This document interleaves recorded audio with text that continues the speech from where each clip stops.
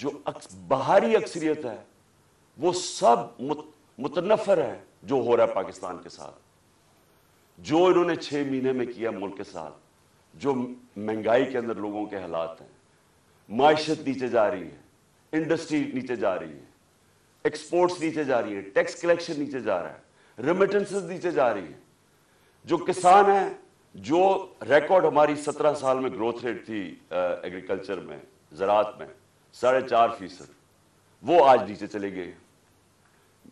تو لوگ ان سے تنگ ہیں، اور لوگ مجھے بتاتے ہیں کہ یہ کیا سازشیں چل رہی ہیں۔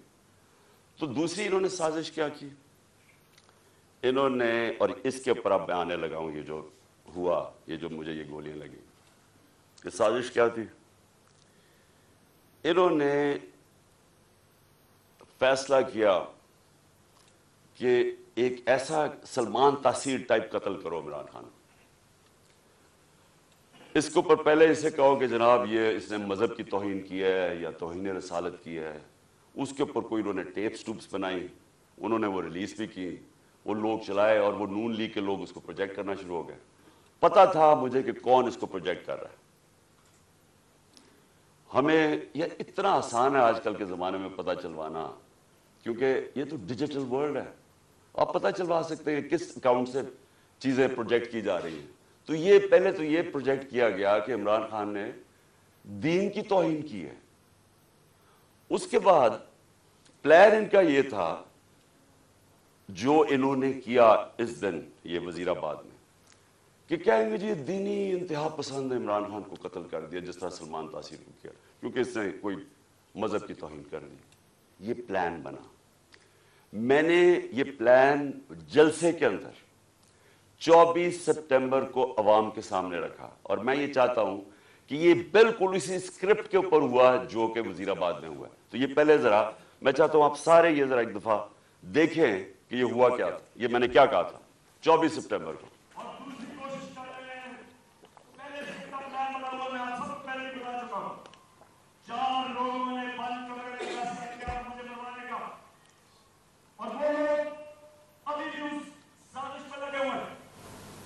انہوں نے دونوں مریم جو جھوٹ بول رہی تھی، پی ایچ ڈی دونوں کے پاس ہے، ان کو جاوید الدین کو انہوں نے ان سے پریس کانفرنس کروائی، اور پریس کانفرنس کروائی ایسی کہ عمران خان خدا را خواستہ اس نے مذہب کی توہین کی ہے، اور پھر ان کی کوشش ہے کہ اس کی وجہ سے اگر کوئی بھی میرے اوپر واردات ہو تو کہیں گے کہ مذہبی ضروری نے کر دیا، کہیں گے کہ کوئی دینی تحفظ نے اس کو مراد کیا۔ یہ ایک کمرہ ہے، لیکن میں آج آپ سب کو کہہ رہا ہوں، سارے پاکستان میں پھر رہا ہوں، مجھے اپنی جان سے زیادہ مجھے پاکستان کی آزادی کی فکر ہے۔ 24 سپٹمبر یہ جلسے میں نے کہا، پلان کا مجھے پتا چل گیا تھا، اور یہ جو وزیر آباد ہوا، اب میں آپ کو وزیر آباد پہ آتا ہوں کہ یہ ہوا کیا۔ انہوں نے لانگ مارچ، ہم جلسے کرتے ہوئے ہم نے لانگ مارچ کا فیصلہ کیا، لانگ مارچ سے ڈر گئے، پبلک انہوں نے دیکھ لی تھی کہ ہمارے ساتھ ہیں، اور انہیں پتا تھا کہ میں نے اب جو غلطیاں کی تھی پچھلی باری، اور مجھے پتا چل گیا تھا ان کا پلان ہے، میں نے اب ایک اور پلان بنایا ہوا تھا، اور میں آج یہ ابھی اینڈ میں آپ کو بتاؤں گا کہ مارچ کا کرنا کیا ہے۔ لیکن مجھے پتا تھا کہ جو عوام نے نکلنا ہے اس باری، چاہے یہ جتنی مرضی پولیس بلا لیں، چاہے رینجرز بلا لیں، چاہے ٹیئر گیس شیلز تیاری کر لیں، جب عوام کا سمندر نکلتا ہے، وہ کہتے ہیں no power can stop an idea whose time has come۔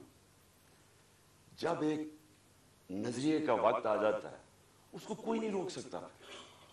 تو ان کو، مجھے پتا تھا کہ اسلام آباد میں، اور انشاءاللہ یہ میں ثابت کروں گا، اتنی پبلک نے آنا ہے کہ اس ملک کی تاریخ میں کبھی پبلک اتنی نکلی نہیں ہے، اور وہ یہ بھی خوفزدہ تھے، ہیں بڑے بزدل، آپ کو پتا ہے کرپٹ لوگ، دو قسم کے لوگ بڑے بزدل ہوتے ہیں، ایک ظالم اور ایک کرپٹ، یہ ہمیشہ بزدل ہوتے ہیں۔ کرپٹ اس لیے کہ انہوں نے پیسہ بچانا ہوتا ہے, کیونکہ انہوں نے چوری کا پیسہ بنایا ہوتا ہے. سارا وقت ڈر ہوتا ہے کہ کہیں چوری کا پیسہ نہ چلا جائے, اور وہ پھر اس پیسے کو بچانے کے لیے ہر انتہا پہ جاتے ہیں. اور دوسرے جو ظالم لوگ ہوتے ہیں, ظالم ہمیشہ بزدل ہوتا ہے کیونکہ وہ ڈرپوک ہوتا ہے, وہ ظلم کرتا ہے لوگوں پہ. اب 3 لوگوں نے یہ پلان بنایا, اور مجھے کیا یہ وہ 3 لوگ نہیں ہیں جو 4 لوگوں کے میں نے نام پہلے بتائے تھے جنہوں نے پہلے فیصلہ کیا تھا, جن کے اوپر میں نے ٹیپ بنائی. یہ 3 اور ہیں. مجھے کیسے پتا چلا؟ مجھے پھر اندر سے لوگوں نے بتایا.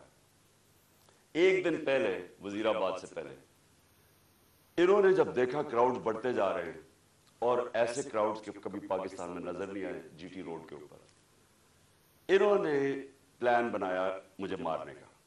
اور یہی اسکرپٹ, دینی انتہا پسند کچھ کرے گا, عمران خان تو بڑا دین کے خلاف ہے, اس سے تو اسلام دشمنی کوئی نہیں ہے. یہ تو یہ پلان بن گیا.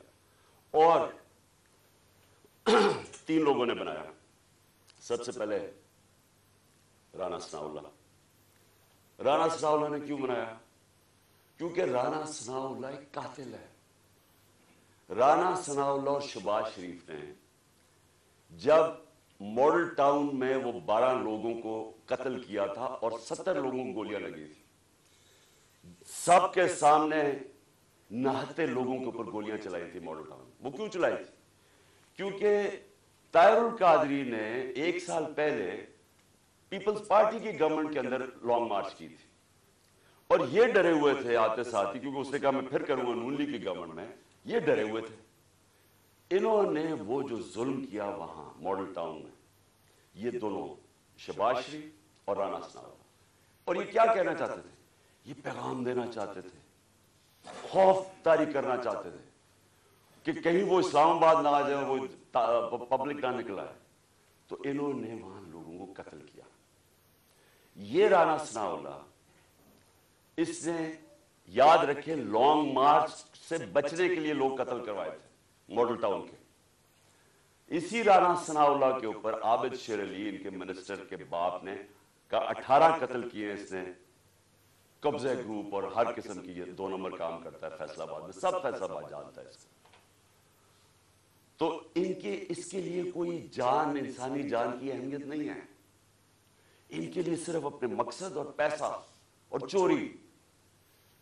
دوسری طرف شہباز شریف, شہباز شریف کے اوپر ہیومن رائٹس واچ کی رپورٹ ہے یا ایمنسٹی انٹرنیشنل کی رپورٹ ہے 1990 یعنی 1997 میں جب چیف منسٹر تھا اور 99 تک جب چیف منسٹر آیا. اس نے کوئی 900 قتل کروائے تھے پولیس مقابلے میں. عابد باکسر نے ٹی وی کے اوپر آ کے سٹیٹمنٹ دی تھی کہ یہ کیسے لوگوں کو مرواتا تھا پولیس مقابلے میں. یہی شہباز شریف جب اس کا ایف آئی اے میں 16 ارب کا جو کیس تھا اور 8 ارب کا اس میں نیب میں, تو جو 16 ارب کی کیس تھے, جو نوکروں کے ملازموں کے نام میں رمضان شوگر مل کے انہوں نے پیسہ لیا اور پھر اپنے خاندان میں بانٹا, انہوں نے 5 ملازموں کو وہ مرے ہارٹ اٹیک سے. 2 آتے ساتھ ہی 2 مہینے میں 5 گواہ مرے. اور جو چھٹا ڈاکٹر رضوان تھا جو انویسٹیگیٹ کر رہا تھا ان کی ایف آئی اے کی, جس نے انویسٹیگیٹ کیا تھا یہ ان کا جو فیک اکاؤنٹس اور یہ جو نوکروں کے نام پیسہ لیا تھا, وہ بھی ہارٹ اٹیک سے مرتا ہے. یہاں ڈاکٹر بیٹھے ہوئے ہیں, آپ کو بتائیں گے کہ ایک طریقہ ہوتا ہے انڈیوسڈ ہارٹ اٹیک کا, پتہ بھی نہیں کسی کو چلتا کیا ہو. تو کبھی کسی نے انویسٹیگیٹ نہیں کیا کہ آتے ساتھ یہ لوگ ایک دم 2 مہینے میں 6 لوگ ہارٹ اٹیک کیسے مر گئے. کبھی کسی نے یہ نہیں انویسٹیگیٹ کیا کہ رانا ثناءاللہ کے اوپر جو کوئی ایک کسٹم آفیسر کیا وہ کوئی اس کا انویسٹیگیٹ, اس کی کوئی انویسٹیگیشن تھی, اس نے کیسے ایک دم خودکشی کر لی. اس کے بعد یہ 2 انہوں نے اس پلان کے اندر یہ شامل ہوئے, اور ساتھ مل گیا ان کے general major general Faisal. Faisal کیوں؟ فیصل اس لیے مل گیا, ایک تو ڈرٹی ہیری کہ اوپر وعدہ کر کے آیا تھا کہ فکر نہ کرو میں ان کو ٹھیک کرتا ہوں, آپ میرے پہ چھوڑ دیں, میں ان کو اس پارٹی کو ٹھکانے لگاتا ہوں. اور اس جو میں نے شروع میں بتایا کہ دھمکیاں یہ وہ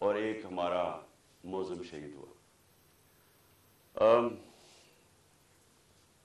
اب ہم نے ایف آئی آر رجسٹر کرنے کی کوشش کی ہے.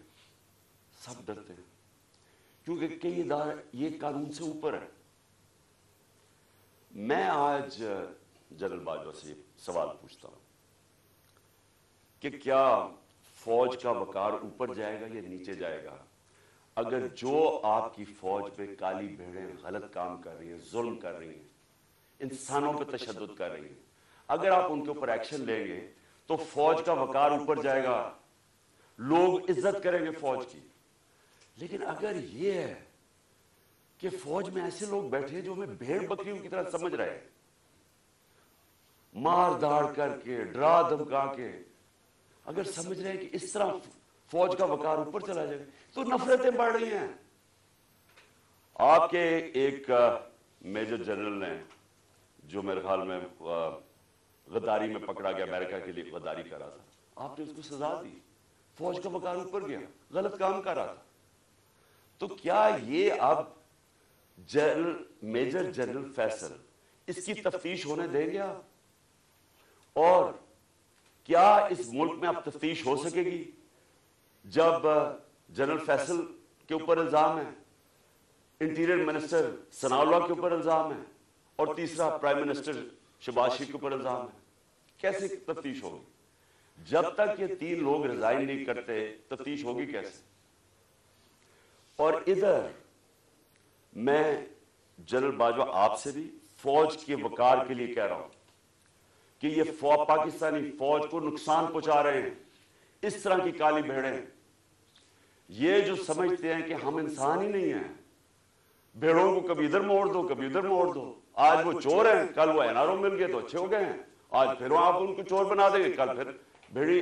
ہم انسان ہیں, انسانوں کو جانوروں کی طرح نہ ٹریٹ کریں. اور انسان کسی وقت آگے کھڑا ہو جاتا ہے, اور یہ قوم کھڑی ہو گئی ہے. یہ میں آج آپ کو بتا دوں, دو راستے اب اس قوم کے سامنے, یا ایک پرامن انقلاب آئے گا اور یا خونی انقلاب آئے گا, اور تیسرا راستہ نہیں ہے. کیونکہ میں نے 6 مہینے میں اس قوم کو جاگتے دیکھا ہے, قوم کھڑی ہو گئی ہے. یہ جو شعور کا جن ہے یہ بوتل سے نکلا ہے, یہ اندر نہیں جانے لگا. اب فیصلہ صرف یہ کر لیں کہ ہم پرامن طریقے سے اس ملک کے اندر چینج لے کے آئیں گے, جو کہ بیلٹ باکس کے ذریعے آئے گا صاف اور شفاف الیکشن کے لیے, یا وہ جو ایران میں ہوا تھا ہوگا, تباہی ہوگی, جو سری لنکا میں لوگ سڑکوں پہ آ جائیں گے, کیوس ہوگا. یہ جماعت جس کو ان 3 لوگوں نے مجھے قتل کرنے کی کوشش کی اور اللہ نے بچایا, جس طرح ابھی ڈاکٹر فیصل نے کہا کہ یہ جو گولی میری یہ ادھر اوپر کی ٹانگ پہ لگی, وہ ایک گولی میری جو وہ اصل آرٹری ہے اس کے نیچے سے نکل گئی اور ایک اس کے پاس آ کے رک گئی. اگر وہ رپچر ہو جاتی تو 20 منٹ میں انسان مرتا ہے, 20 منٹ میں سارا خون نکل جاتا ہے. اگر تو سیدھا ہاسپٹل نہ ہو 20 منٹ میں مر گیا آدمی. تو اللہ نے اگر مجھے یہ بچایا ہے, جو مجھے آج زندہ رکھا ہے, یہ صرف اللہ کا کرم ہے. انہوں نے تو پوری کوشش, کوئی کسر نہیں چھوڑی تھی. انہوں نے تو ایک ادھر سے اور ادھر سے سامنے والے نے مارنا تھا. اور پھر سوال میں پوچھتا ہوں, سب سے بڑی پاکستان کی پولیٹیکل پارٹی, اس کے سربراہ, جو واحد فیڈرل پارٹی رہ گئی ہے پاکستان میں, یہ 2 فیملی پارٹی سکڑ کے چھوٹی چھوٹی پارٹیز رہ گئی ہیں. میں چیلنج کر کے جاؤں گا سندھ میں, اور انشاءاللہ یہ زرداری مافیا کو سندھ میں ہرا کے دکھاؤں گا آپ کو. سندھ کے لوگ اس سے تنگ ہیں, ان کو سب سے زیادہ غلام ادھر بنایا ہوا, ان کو وہ سب سے زیادہ آزادی طلب کر رہے ہیں. اور یہ شریف خاندان, میں چیلنج کرتا ہوں, یہ کدھر کسی سیٹ پہ میرے سے مقابلہ کرے. نواز شریف آئے, کہتے ہیں نا اسے آئے, اتنی کوششیں کر رہی ہیں, این آر او سب کو دے دیا ہے, سارے چوروں کو منی لانڈرر ساروں کی عید ہو گئی ہے. وہ کہتی ہے مریم لیول پلینگ فیلڈ, چیلنج کرتا ہوں کسی سیٹ پہ پنجاب میں میرے سے مقابلہ کر رہے ہیں, کیونکہ پبلک چینج ہو گئی ہے. یہاں ایک جاگی ہوئی قوم ہے, ان کو بھیڑوں کی طرح نہ ٹریٹ کریں. اور چیف جسٹس صاحب میں آپ سے مخاطب ہوں. دیکھیں یہ ملک ترقی نہیں کر سکتا جب تک رول آف لا نہیں ہوگا. میں ساری دنیا پھرا ہوں, 70 سال میری عمر ہے. میں نے مغربی دنیا اندر سے دیکھی ہوئی ہے. میں جب 18 سال کا انگلینڈ گیا تو میں نے پہلی دفعہ رول آف لا دیکھا. مجھے تو پتہ ہی نہیں تھا کیونکہ ہم تو ملٹری ڈکٹیٹرشپ میں بڑے ہوئے تھے یہاں 60s میں. تو پہلی دفعہ میں نے ایک فلائی ریاست دیکھی, وہ کیا ہوتی ہے, اور رول آف لا دیکھا کہ قانون سب کے لیے ایک برابر. کوئی طاقتور وہاں قانون کے اوپر نہیں تھا, کوئی وہاں قبضہ گروپ نہیں تھے. ان کی عدالتیں ان کو ان کمزور کی حفاظت کرتی ہیں. وہاں اگر آپ کے پاس پیسے نہیں ہیں لیگل ایڈ دیتی ہیں کہ ایک عام آدمی جا کے عدالت میں کیس لڑ سکے. وہاں کسی کی جرت نہیں ہے, کسی طاقتور کی جرت نہیں ہے کسی پہ ظلم کرے. اس لیے وہ کامیاب معاشرے ہیں, اس لیے وہاں خوشحالی ہے. میرے سامنے میری زندگی میں دیکھتے دیکھتے سنگاپور جو ایک پاکستان کا مقابلہ ہی نہیں کوئی کر سکتا تھا. پاکستان سب سے تیزی سے ترقی کر رہا تھا 60s میں. ہم تو مثال تھے دنیا کی. اور کہاں سنگاپور ہمارے ساتھ ہمارے سے نیچے شروع ہوا. آج ہمارا جو پر کیپٹا انکم ہے وہ پتہ نہیں $2000 ہوگا, سنگاپور کا $60,000 ہے. کیونکہ ان کے اسٹیٹسمن لی کوان یو نے سب سے پہلے زور لگایا قانون کی بالادستی قائم کرنے کے لیے. اور اس نے جب قانون کی بالادستی ہوتی ہے تو کرپشن ختم ہوتی ہے. کرپشن تب ہوتی ہے جس ملک کے اندر قانون کی حکمرانی نہیں ہوتی, جب کوئی قانون سے اوپر نہیں ہوتا, جب کسی کو این آر او نہیں ملتا, جب لوگوں کو پتا ہوتا ہے کہ آپ جرم کریں گے, آپ جتنے بھی طاقتور آپ کو سزا ملے گی. صرف تب ایک معاشرے کے اندر انصاف ہوتا ہے اور وہ معاشرے میں پھر خوشحالی آتی ہے. ہمارے نبی صلی اللہ علیہ وسلم نے مدینہ کے اندر غربت تھی لیکن انہوں نے پہلے انصاف قائم کیا, عدل اور انصاف. فلاحی ریاست بنائی اور عدل اور انصاف قائم کیا. رحم دل ریاست بنائی اور عدل انصاف قائم کیا. اس کے بعد خوشحالی آئی, پہلے خوشحالی نہیں آئی. ہم کیوں نہیں آگے بڑھ رہے؟ میں ابھی آپ کے سامنے مثال دے رہا ہوں کہ ملک کی سب سے بڑی پارٹی کا جو سربراہ ہے اس کو انصاف نہیں مل رہا. اس کو ایسے جو میرے سے چیف جسٹس صاحب جو 6 مہینے میں میرے سے کیا گیا ہے, میں آپ کو یقین دلاتا ہوں کہ کوئی ملک اپنے دشمن سے نہ کرے. میں وہ پاکستانی ہوں, اس ملک کے سارے ہائیسٹ سول ایوارڈ جیتے میں نے. سب جانتے ہیں کرکٹ کی دنیا میں نے پاکستان کی عزت بڑھائی, کم نہیں کی. یہ شوکت خانہ میں بیٹھا ہوں, یہ انٹرنیشنل رناؤنڈ ہاسپٹل ہے, 75% کینسر کے مریضوں کا مفت علاج کرتا ہے, سب سے بڑا خیراتی ادارہ ہے. دوسرا پشاور میں کھولا ہے, تیسرا کراچی میں کھول رہے ہیں جو اس سے بھی بڑا ہوگا. 2 یونیورسٹیز بنائی ہیں, القادر یونیورسٹی جو کہ 100% فری ڈگریز دے رہی ہے لیڈرشپ کے اندر, سیرت نبی کے اندر, اور دوسری طرف نمل یونیورسٹی جدھر 90% اسٹوڈنٹس کو مفت تعلیم مل رہی ہے اور 85% جیسی ڈگری لیتے ہیں ان کو نوکریاں مل جاتی ہیں. 2 یونیورسٹیز, 2 ہاسپٹل, تیسرا ہاسپٹل. یہ دنیا میں کوئی جانتے ہیں کسی پولیٹیشین نے ایک بھی بنایا ہو, کوئی اس ملک کی تاریخ میں کسی نے کچھ کیا ہو. اور پھر ایک پارٹی بنائی جو کہ سب سے بڑی آج پارٹی ہے پاکستان, 12 سیٹیں جیتا ہوں. اگر میرے سے یہ ہو رہا ہے, میرے گھر کے اوپر میرے نوکروں کو پیسے دیے گئے میرے خلاف جاسوسی کرنے کے لیے, ڈیوائس رکھنے کے لیے, گھر کے نوکروں کو میری فون کالز جو میری پرائم منسٹر کی فون کال تھی ان کی ریکارڈڈ کر کے ریلیز کی گئی ریکارڈنگ آفیشل سیکرٹس ایکٹ کی وائلیشن ہے. لوگوں کو جو ہمارے ڈونرز تھے ان کو ڈرایا دھمکایا گیا.